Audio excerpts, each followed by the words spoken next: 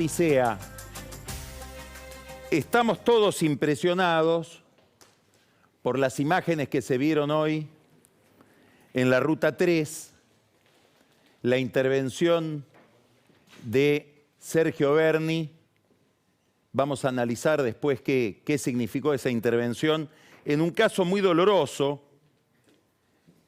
Doloroso en sí mismo y doloroso porque se suma una estadística de muertes, de peligro, de inseguridad, de sangre en el conurbano bonaerense. Todos sabemos ya de qué se trata porque conmocionó a todo el mundo lo que sucedió. Fue el asesinato de Daniel Barrientos, un chofer ya a punto de jubilarse de la línea 620, una manifestación desde temprano para quejarse, para protestar por ese episodio. Quienes protestaban tenían una especie de consigna, si uno mira todo lo que pasó antes del incidente con Berni, que es que venga Berni, porque si no vamos a ir a la Casa de Gobierno. Esto toca, por supuesto, desde el punto de vista, si uno lo mira desde el punto de vista de la política en general, se inscribe en uno de los grandes problemas que tiene hoy la vida pública, se inscribe en uno de los grandes problemas que tienen hoy los políticos que van al conurbano a hacer campaña, que es cómo darle salida, cómo resolver o cómo empezar a resolver un problema muy complejo que es el de la inseguridad. Es decir, entra en una colección de problemas que nos lleva desde el conurbano a Rosario con los monos, el narcotráfico, los asesinatos de personas que salen a trabajar a la madrugada y que no saben si vuelven o no con vida. Un clima de gran intranquilidad que se suma al problema de la economía.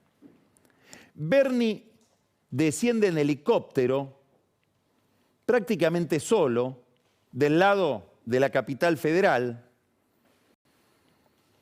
Es obvio que había un 90% de probabilidad que si va solo a encarar a un grupo enardecido por lo que había pasado, él mismo lo dice después, tienen que estar así porque les habían matado a un compañero, era obvio que se exponía a lo que pasó, que es una salvajada.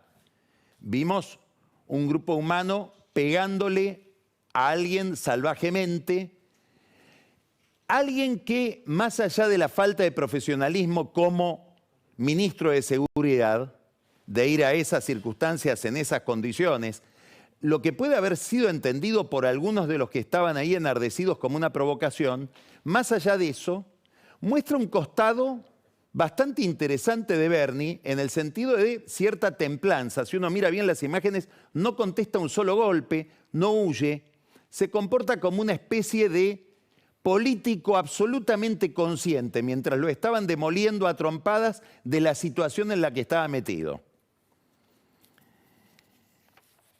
Por supuesto, hay un debate en la política, algunos que se lanzaron, como suele suceder hoy en la vida política, rápidamente a las redes sociales para decir, bueno, estamos con las víctimas, estamos con Berni. Hay que estar con la ley, este es el problema de estas circunstancias. Porque las víctimas obviamente merecen toda la conmiseración, todo el dolor. Hay que estar al lado de ellas, pero tampoco tienen impunidad para realizar hechos de violencia como los que se vieron hoy. También se demostró, y esto es lo que me importa señalar, una especie de, creo que esto es lo que está en el fondo de lo que podemos ver en el caso de hoy de Berni, una especie de falta de sensibilidad sobre el estado de ánimo que hay hoy en la gente, en la sociedad. Sobre todo en los sectores más castigados, que son estos que estamos describiendo. Hay una especie de puesta en escena de Berni, él es muy proclive a ese tipo de actitud, de representar una especie de Rambo que llega personalmente al resolver el problema.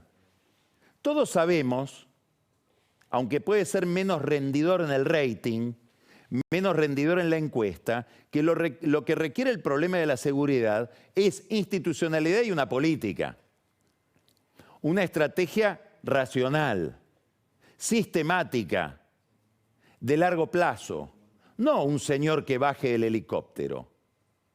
Ahora, en esa dramatización, en esa especie de teatralización del hombre que viene él carismáticamente a resolver la escena, parece haber una proyección, una especie de visión en espejo de que los que estaban ahí enardecidos también estaban representando una obra de teatro. Y no, Bernie se encontró con gente que estaba enardecida en serio, no estaban actuando como él.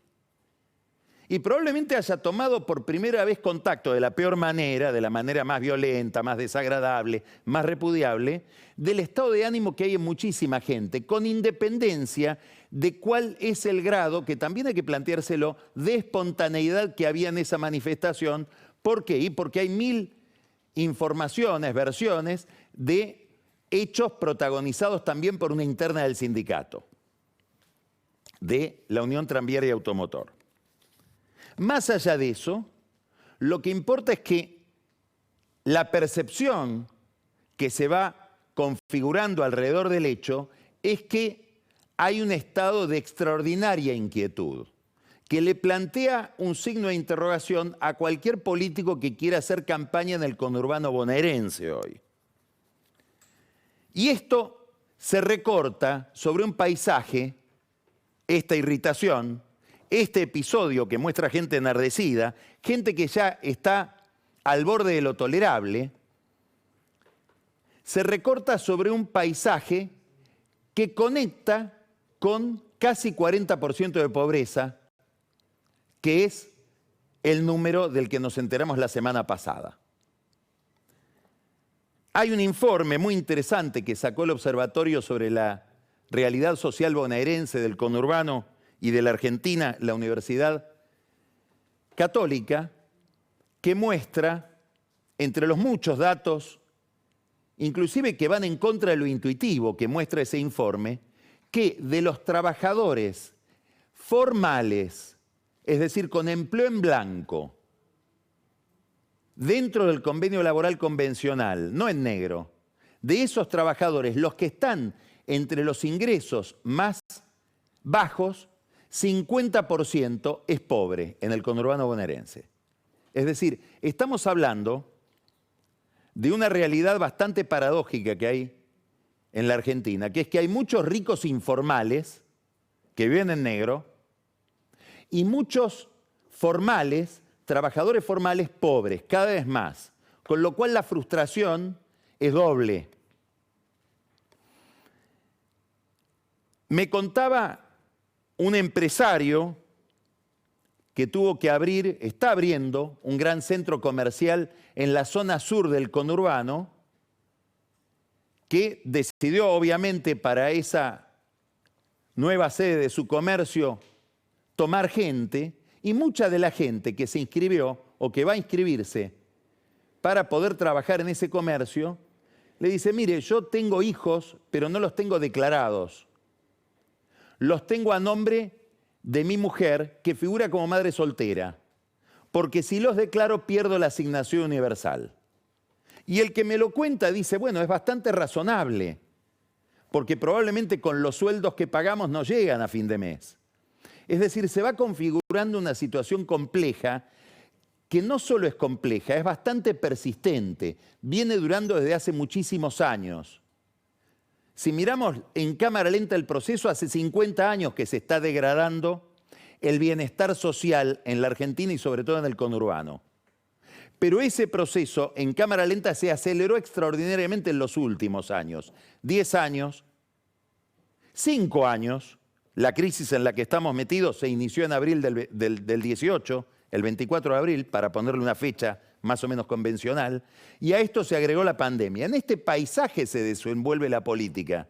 Este es el marco en el que los políticos van a ir a buscar los votos. Y un marco que se puede transformar todavía en más agresivo o en más duro. Después vamos a hablar de todo esto con Jerónimo Frigerio, es un experto en desarrollo que acaba de publicar un libro, de eso vamos a hablar, que se llama Desarrollo. Vamos a hablar de estos dramas, de estas patologías, qué significan y qué caminos hay para resolverlos. Pero fíjense que si uno mira el informe del Fondo Monetario Internacional que acaba de salir acerca de la cuarta revisión del programa que negoció Massa en Washington, en la página 19, por eso estoy diciendo que este panorama que estamos pintando encuentra en la política económica poca salida, más bien endurecimiento. En la página 19 de ese informe del fondo están estas dos indicaciones. La primera es que antes de que se reúna, de la próxima reunión del board del fondo, antes de que se produzca el próximo desembolso, podríamos pensar en junio o julio, tiene que haber un decreto con especificaciones, esto es lo que Massa oculta, con especificaciones y limitaciones a la moratoria del régimen de pensiones, de las jubilaciones que se aprobó recientemente en el Congreso. No sabemos si esto lo leyó Máximo Kirchner, si lo leyeron los militantes o los dirigentes de la Cámpora, porque no sabemos si Massa les informó que negoció este punto y que admitió este punto en su negociación con el fondo. Es decir, ha habido un hecho por fuera del programa, que es incorporar 800.000 personas más en un sistema previsional quebrado, haciendo política social con las jubilaciones, lo cual es bastante irracional, porque es dar derechos permanentes adquiridos a alguien que felizmente podría un día, si hubiera una política económica razonable y una política social razonable, no necesitar de esa ayuda. Y esa moratoria con 800.000 personas que se agregaron al sistema previsional ahora va a ser limitada en un acuerdo con el fondo sin que el kirchnerismo abra la boca, tal vez porque no lo sabe.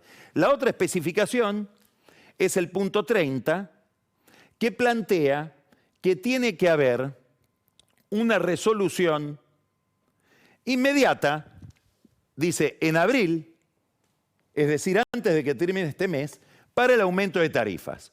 Una actualización de los precios de la electricidad para mejorar la progresividad de los subsidios, que es una forma elegante de decir eliminar subsidios, y facilitar un movimiento más rápido hacia la recuperación de costos de la energía, el reconocimiento de costos. Quiere decir que en el acuerdo con el fondo que trae bajo el brazo desde Washington, Massa arregló una limitación a la moratoria, que es una especie de piedra sagrada para el kirchnerismo duro, y además un aumento de tarifas en este contexto de lo que vimos hoy que le pasó a Bernie, para sintetizar.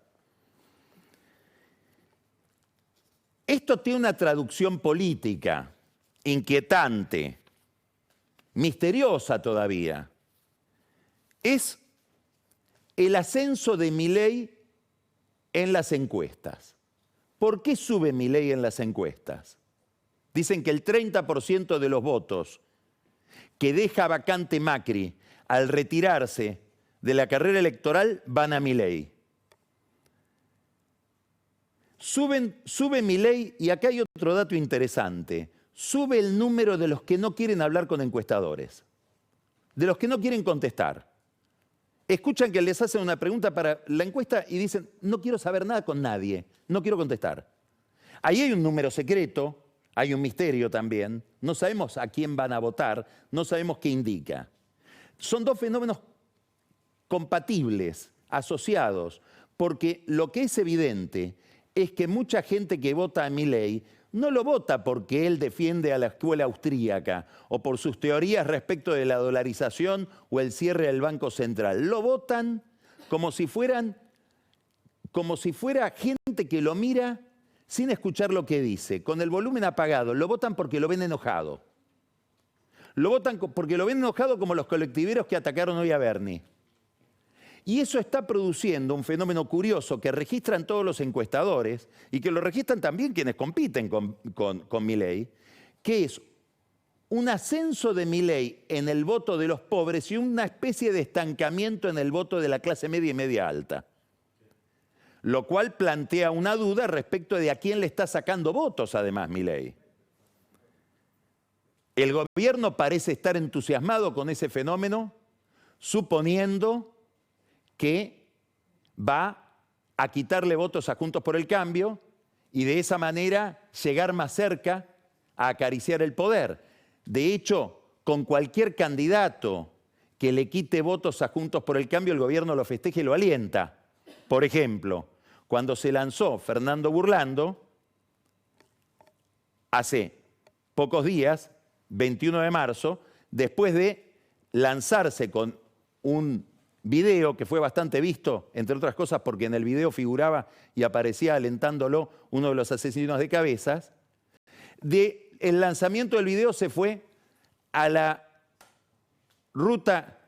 a la autopista Richeri, donde está el centro de atención de la policía bonaerense para el conurbano y la matanza, a encontrarse con Bernie.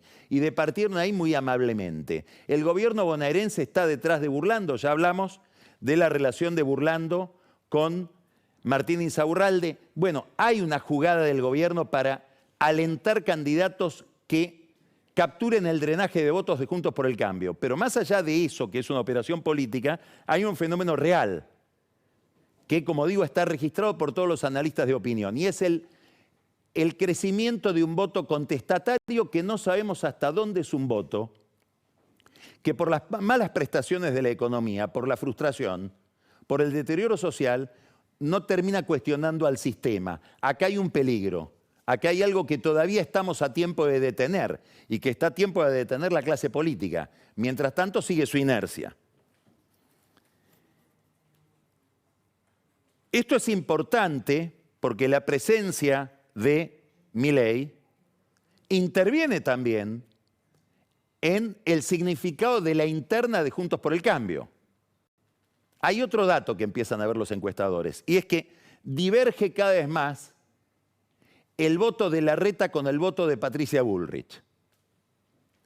Es decir, un votante de Larreta con un votante de Patricia Bullrich, aparentemente hace 2 o 3 meses coincidían en un 90% de su visión del país. Hoy coinciden en el 70% y hay un 30% de disidencia. ¿Esto qué quiere decir?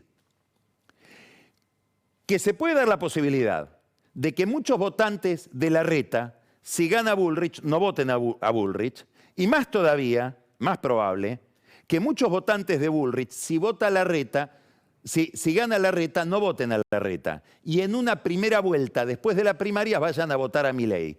Esto significa que Milei puede seguir creciendo. Más allá de un fenómeno que es un fenómeno visual, es un fenómeno engañoso, una especie de espejismo que puede ocurrir. Y es que el día de las primarias, cuando se conozca el resultado de las PASO, veamos a Milei, a Larreta y Bullrich, a 2 candidatos del Frente de Todos, e individualmente, no como partido, individualmente, Milei sea el más votado. ¿Eso qué quiere decir? Que para el que no entiende que los votos de Larreta y Bullrich tienden a sintetizarse, que los votos de los 2 candidatos o más candidatos de del Frente de Todos también tienden a sintetizarse, Milei va a decir: gané la elección. Todo esto, ¿a dónde apunta? A que hay una tendencia, en alguna medida real y en otra medida caprichosa y provocada, como decíamos recién, al crecimiento de un voto antisistema, de un voto de impugnación general de la política, que se alimenta del malestar social que crece en la Argentina y sobre todo en el conurbano, en un momento en que el gobierno tiene que seguir notificando nuevos ajustes como estos pactados con el Fondo Monetario Internacional. Este crecimiento, que plantea un problema especial en la provincia de Buenos Aires, Juntos por el Cambio todavía no sabe cuál va a ser su candidato, ni siquiera Patricia Bullrich sabe cuál va a ser su candidato. Está Joaquín de la Torre, que estuvo acá recién con nosotros en La Nación Más. Asoma la figura de Néstor Grindetti de Lanús, intendente de Lanús, quien parece contar con el respaldo de Macri, estuvo siempre al lado de Macri. Javier Iguacel, no sabemos si no hay una tendencia o una comunicación entre Iguacel y Milei. Es todavía una incógnita quién va a gobernar ese distrito. Después vamos a hablar de Kicillof. Mientras tanto, de esta clase política que parece, como nos demostró Bernie, no conectar muy bien con el estado de ánimo de la gente, parece jugar con fuego, aparecen noticias que pueden ser escandalosas, o serían escandalosas si no fueran demasiado técnicas. Me voy a referir a una de ellas. Y tiene que ver con la incapacidad, no digo de la política en general, no digo de la clase política en general, hablo ahora del kirchnerismo, para pensar las consecuencias de sus actos.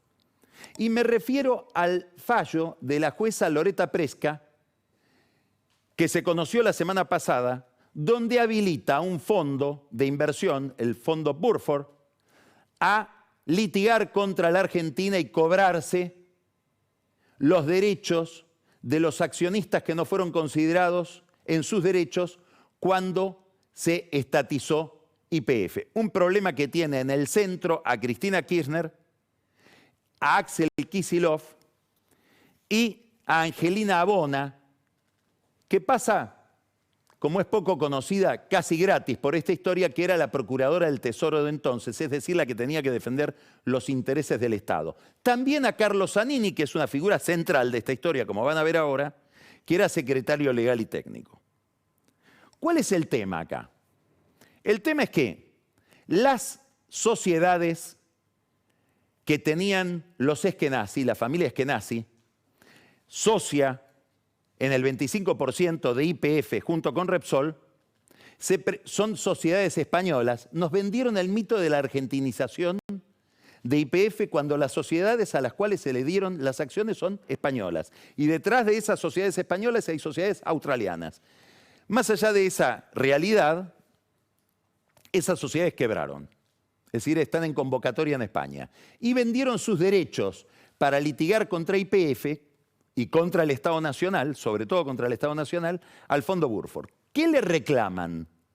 Le reclaman que cuando se estatizó YPF con una ley, no se tuvo en cuenta el procedimiento que está fijado en los estatutos de la empresa para el caso de que se quiera tomar la mayoría o forzar la venta de la mayoría a otro accionista.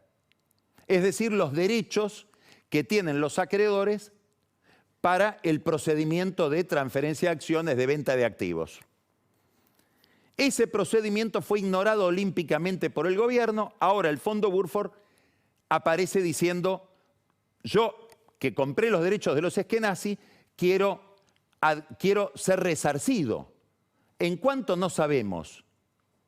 Es una cifra todavía técnicamente no establecida. Dicen que puede ir de 8.000 a 15.000 millones de dólares. Hay quienes dicen que si se hace bien el cálculo es muchísimo menos. Tampoco sabemos si no están los Eskenazi detrás del Fondo Burford y van con el 30% de lo que cobraría ese fondo. ¿Qué es lo importante acá? Primero que ha habido un informe interno del gobierno de Cristina Kirchner donde Daniel Cameron le explica a Roberto Barata, que era director de YPF en ese momento y trabajaba con Julio De Vido en el Ministerio de Planificación, de Infraestructura, que había un problema con el tema del estatuto, que había que considerar el estatuto. Lo dice Cameron, secretario de Energía en aquel momento.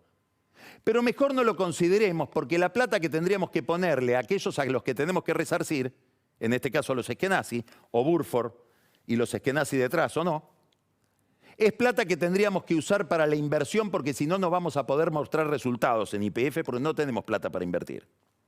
Eso es lo menos relevante. Lo más relevante es este mail que les voy a mostrar ahora. Este es un mail del 10 de junio de 2014, un año después de la estatización. Todavía estamos en el gobierno de Cristina. Es un mail que manda un abogado que se llama Edward Scalanore y lo manda a varios funcionarios del gobierno de Cristina Kirchner. Este abogado, que pertenece al estudio DOAR, se llama Edward Scarvalone, le dirige su mail,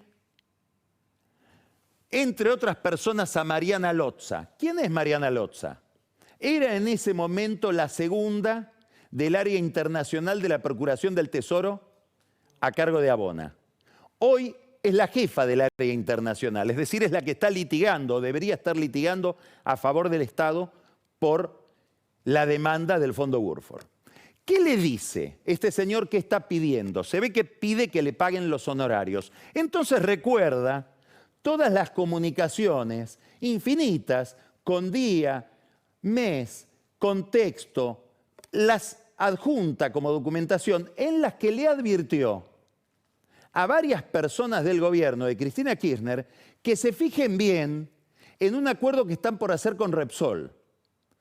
Porque estaba por hacer y se hizo el acuerdo, lo hizo Zanini, lo hizo Abona, lo hizo Kicillof, entonces ministro de Economía, con Repsol, un acuerdo donde dice Repsol renuncia a los derechos que tiene por la violación del estatuto. Y este abogado les dice, cuidado, porque si ustedes admiten que Repsol tiene derechos por la violación del estatuto, van a venir los otros accionistas, es decir, los Eskenazi, o aquellos a los que Eskenazi les vendan sus derechos como Burford, a pedir lo mismo. Y esto es lo que terminó pasando y es lo que termina reconociendo la jueza Presca. Quiere decir que el señor Kicillof, el señor Zanini, la señora Abona sabían que estaban cometiendo un error. Y él nombra a gente muy determinada. Él está diciendo, le avisé a Federico Tea.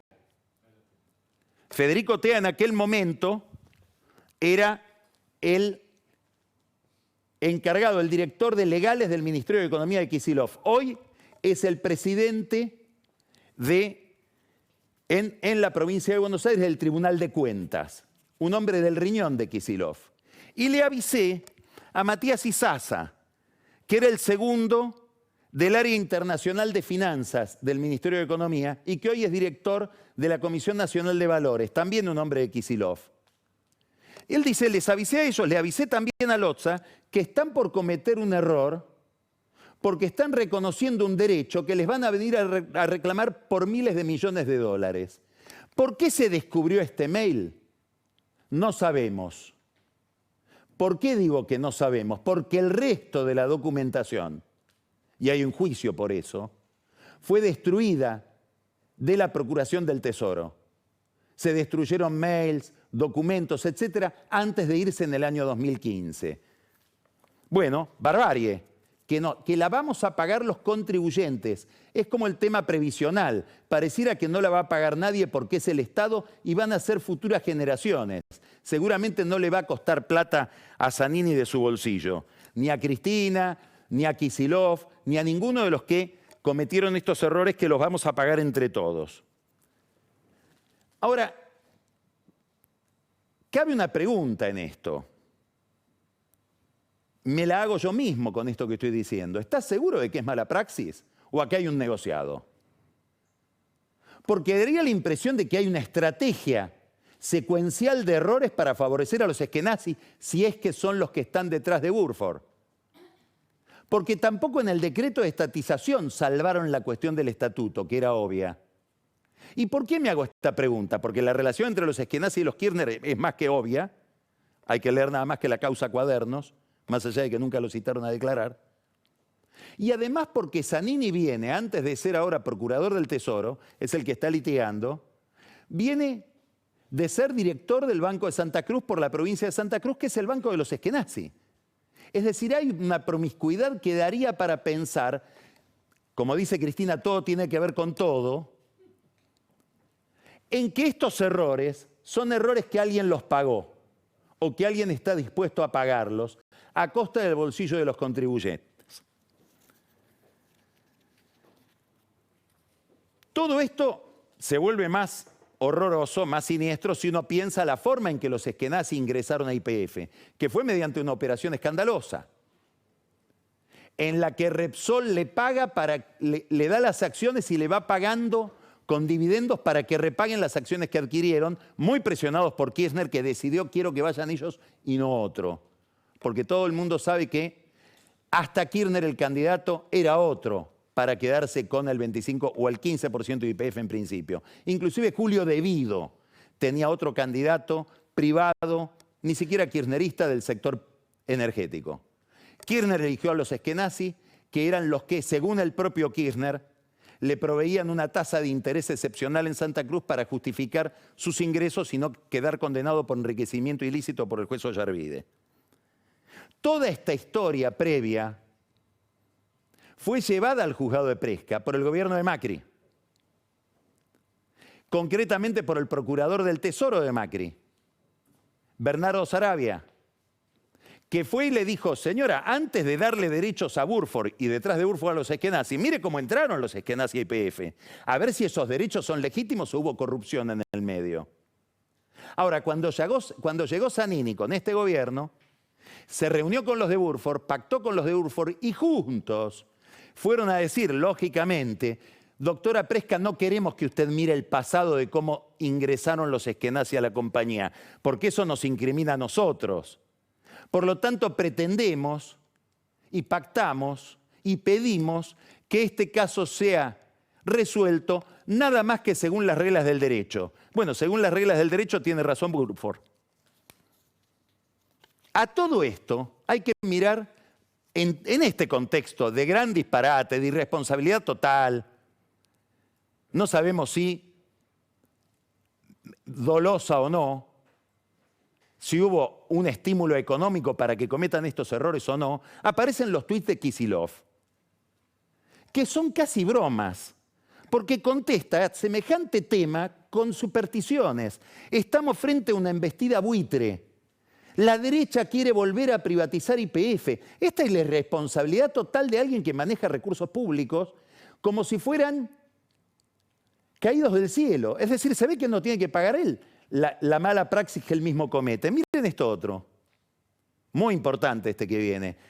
¿Por qué? Porque se tiene que cubrir de lo que le puede preguntar Cristina. Para que Cristina no le diga, Kicillof, ¿qué hiciste en todo esto? ¿Cómo es que ahora tenemos que pagar esto? Si es que ella no lo entiende. Se cubre con el antídoto, que es elogiar a Cristina, trabajarle el ego. La decisión de Cristina de recuperar YPF es uno de los hechos políticos más importantes de las últimas décadas. Listo, no importa cómo lo hicimos, no importa cuánto vale. Reina Cristina. Hay muchos hechos en los que aparece una inconsistencia entre lo que se decide y las consecuencias que puede tener. Y muchos hechos judiciales de esta naturaleza. Les voy a contar otro, que está en curso. La doctora Carrió y Fernando Sánchez, que es un dirigente importante de la coalición cívica, denunciaron en su momento a Ricardo Lorenzetti y al secretario administrativo de la Corte, Héctor Marchi, por distintas irregularidades. La justicia lo sobreseyó a Marchi. Escuche qué interesante esta historia. Y Marchi apeló. La Cámara lo vuelve a acusar. En realidad, lo que dice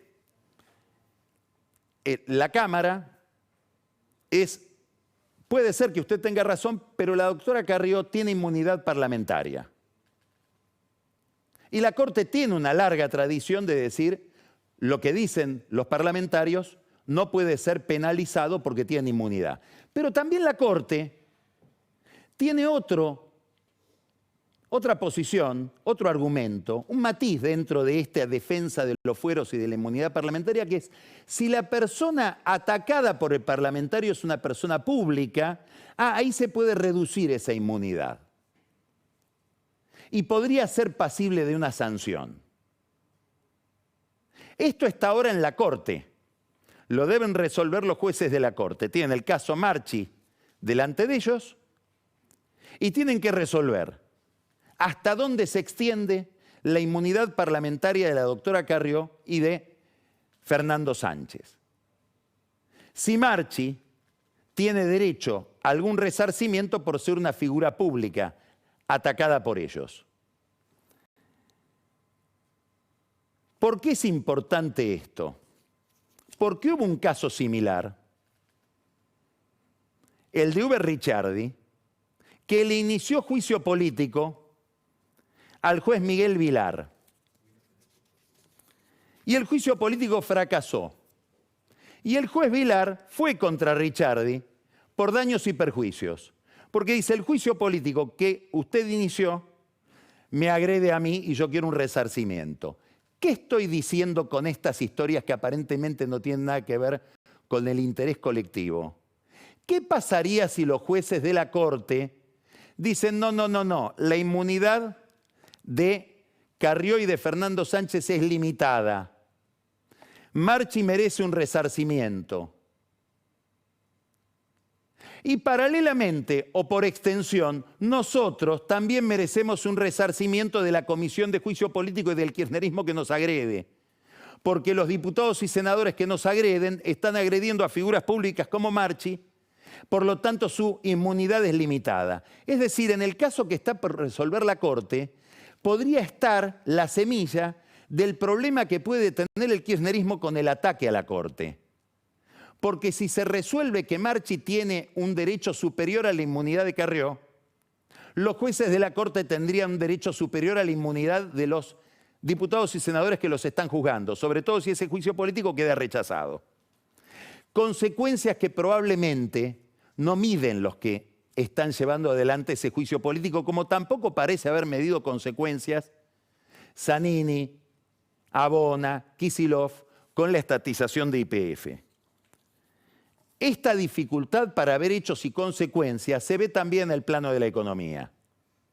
Massa acaba de disponer, voraz por los ingresos, voraz por financiar un déficit gigantesco, que no queden exentos del IVA los importadores.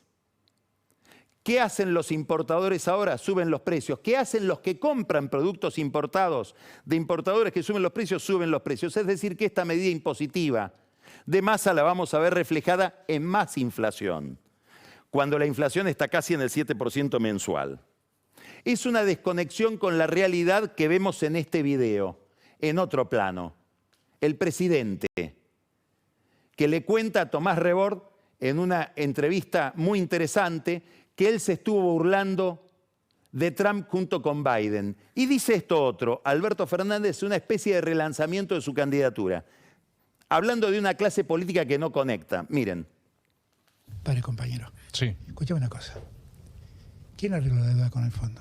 Alberto Fernández. ¿Quién tuvo que discutir con el fondo para sacarle concesiones que el fondo nunca había hecho? Alberto Fernández. ¿Quién tuvo que hablar con los acreedores privados para pedirles una quita de 48 puntos? Alberto Fernández. ¿Quién enfrentó la pandemia? Alberto Fernández. ¿Quién fue a buscar las vacunas? Alberto Fernández.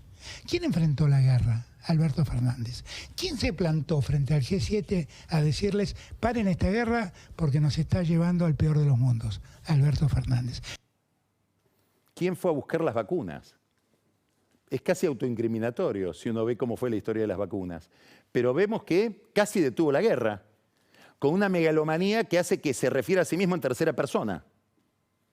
¿Qué es lo curioso de esta declaración? Que es el único que grita sus goles. Ya ni Aníbal grita los goles, solo Alberto. Con un problema, entorpece toda la interna oficial y le crea un problema a un kirchnerismo que también está desesperado en busca de un candidato, tanto que aparecen candidatos insólitos. Aparece Pablo González, ahora el presidente de YPF, a quien habíamos nombrado nosotros en diciembre, como que podía estar en algún plan de Cristina Kirchner, y los que dicen, no es González, es Miguel Galucho. Es decir, ya es como a la galería de Massa. No salen conejos, salen ya especímenes cada vez más raros. En ese drama aparece una hipótesis que se está debatiendo, que no está decidida, que probablemente tenga más contras que pro. Y si hacemos como el resto de los gobernadores y en la provincia de Buenos Aires, con Kicillof, adelantamos la elección, primer problema, tienen que conseguir una ley de la legislatura. Segundo problema, esos adelantamientos a última hora, le podría haber pasado también a Vidal en el 2019, solo logran empeorar la cosa, mostrar más la herida. Estamos ante una clase política con poca sensibilidad frente al drama social. Estamos frente a una clase política metida en el absurdo que vimos hoy con la violencia que se desató sobre Bernie. Vamos a empezar, Odisea, hablando de qué salidas podría tener todo esto. Vamos a ver si podemos encontrar una gota de optimismo hablando con Jerónimo Frigerio y de su libro Desarrollo. Después va a venir Daniel Vilota, es importante que lo mire, un caso dramático de la muerte de una chiquita, muy desprovista de cuidado por el régimen de gobierno de la provincia de Santiago del Estero y una institución que la tenía a su cuidado, pero que le fue arrebatada a la chiquita para quedar a cargo de un Estado que no la pudo cuidar, que casi la mata. Santiago del Estero, una beba. Después va a venir Pancho Olivera y nos va a contar la sequía, desde un lugar que casi no se cuenta, y es el drama social de la gente del campo. Todo lo que rodea en costos a la sequía, no solo en términos de reservas que no le llegan al Banco Central. El drama microeconómico, el drama familiar, el drama de los chacareros ahora con la sequía. Después, Camila Perochena nos va a hablar de el tema que está candente hoy frente a una economía que se va deteriorando todos los días más.